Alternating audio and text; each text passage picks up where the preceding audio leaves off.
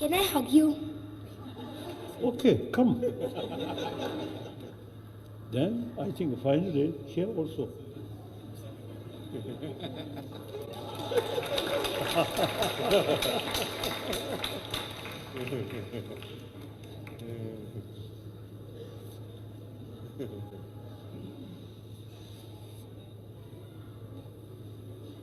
And suck my tongue.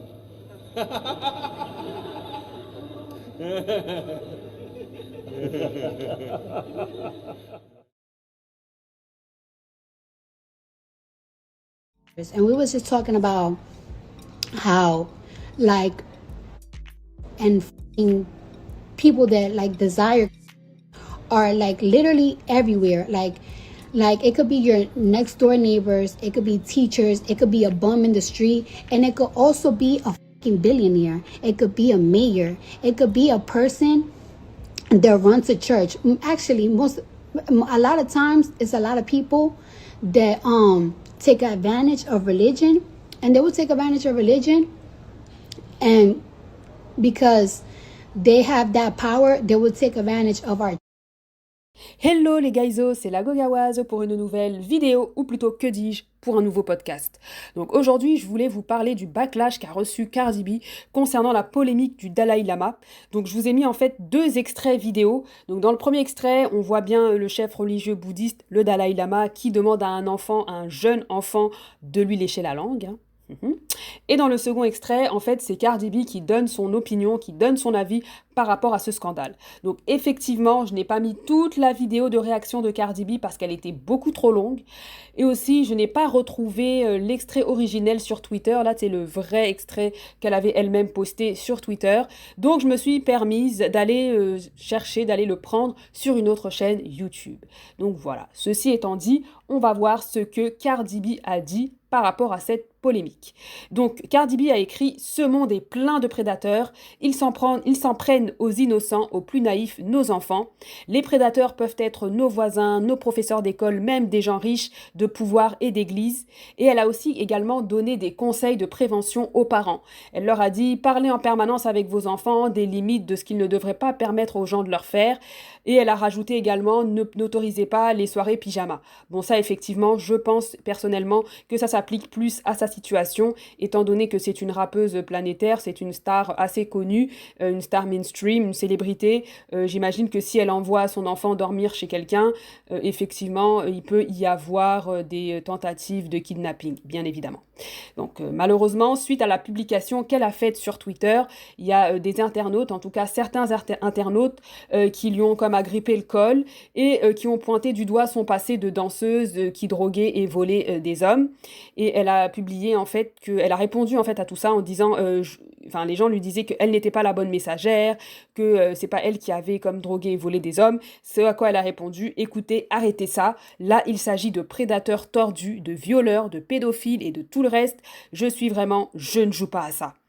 Et elle a également insisté sur le fait que c'était elle la bonne messagère parce que c'est une mère, c'est aussi une femme. Et elle a rajouté également que je suis une fille qui, à l'adolescence, a été abusée physiquement. On me traîne dans la boue parce que je dis aux parents de faire attention aux personnes qui s'en prennent aux enfants. C'est de la folie. Effectivement, il y a quand même des gens aussi, beaucoup de gens, beaucoup d'internautes qui lui ont manifesté du soutien, qui lui ont démontré leur support. Et elle a donc répondu tout ce soutien que je reçois en même temps est magnifique. J'avais à cœur d'en parler parce que mon ami et moi en parlions hier soir et cette histoire avec le Dalai Lama est arrivée ce matin. Donc en fait, il faut juste savoir en fait qu'elle parlait avec son ami de la protection des enfants, etc., qu'il y a des chefs religieux, des personnes qui se font passer pour des bonnes personnes alors qu'ils n'en sont pas et qui abusent des plus faibles, des plus vulnérables. Et après, effectivement, c'est arrivé le matin avec le scandale du Dalai Lama. Faut comprendre aussi, il faut savoir en fait que le Dalai Lama, par la suite, il a présenté ses excuses.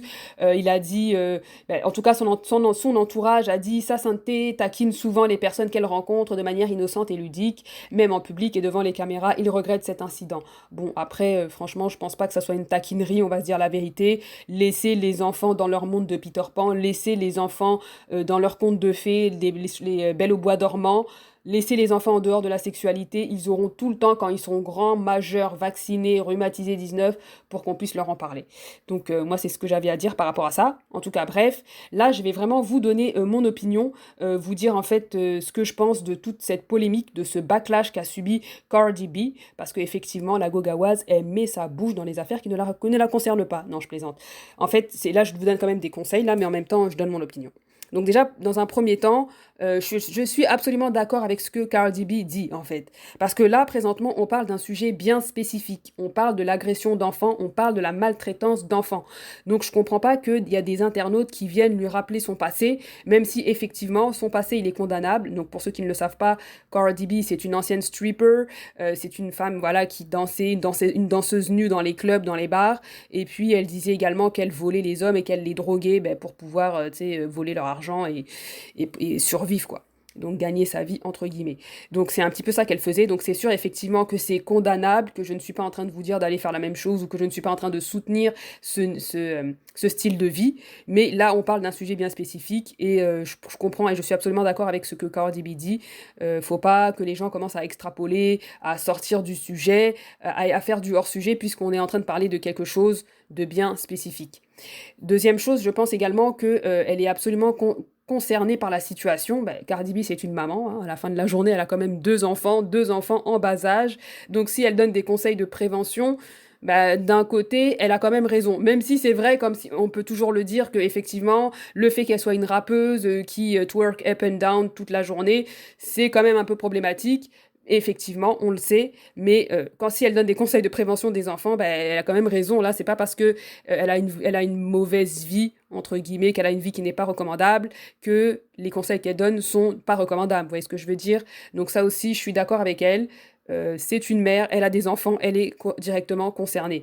Et en plus de ça, elle rajoute également que quand elle était plus jeune, quand elle était adolescente, elle a aussi été victime d'agressions sexuelles. Donc encore ça, le fait qu'elle a déjà vécu, elle est encore plus concernée. Donc encore une fois, je suis d'accord avec Cardi B. Effectivement, comme je vous dis, n'allez pas dire que je suis d'accord avec son ancienne vie. Je ne parle pas de ça, je parle vraiment du sujet spécifique qui est la prévention et la protection de l'enfance. Par ailleurs aussi, les conseils qu'elle donne, comme je vous dis, je pense que c'est vraiment du gros bon sens. Parler avec ses enfants, communiquer avec eux. En fait, le fait de parler avec ses enfants et d'avoir une bonne communication, ça permet aussi que l'enfant se sente à l'aise de se confier à vous. Si jamais il vit quelque chose à l'école, il vit du bullying, il y a des enfants qui le harcèlent, etc. S'il en parle, s'il vient se confier à vous, c'est qu'il se sent en confiance. Donc, c'est important de pouvoir bien communiquer avec ses enfants, de pouvoir leur parler régulièrement pour que ce lien de confiance que ce lien de confiance tienne. La deuxième chose aussi, comme elle disait, d'apprendre aux enfants en fait d'établir leurs limites, parce que effectivement tout le monde ne peut pas toucher les enfants. Si jamais les enfants ils veulent pas. Il y a des limites à faire, il y a des limites à respecter en fait. Et tu sais genre comme aller embrasser les enfants, mais sur la bouche là, what the hell.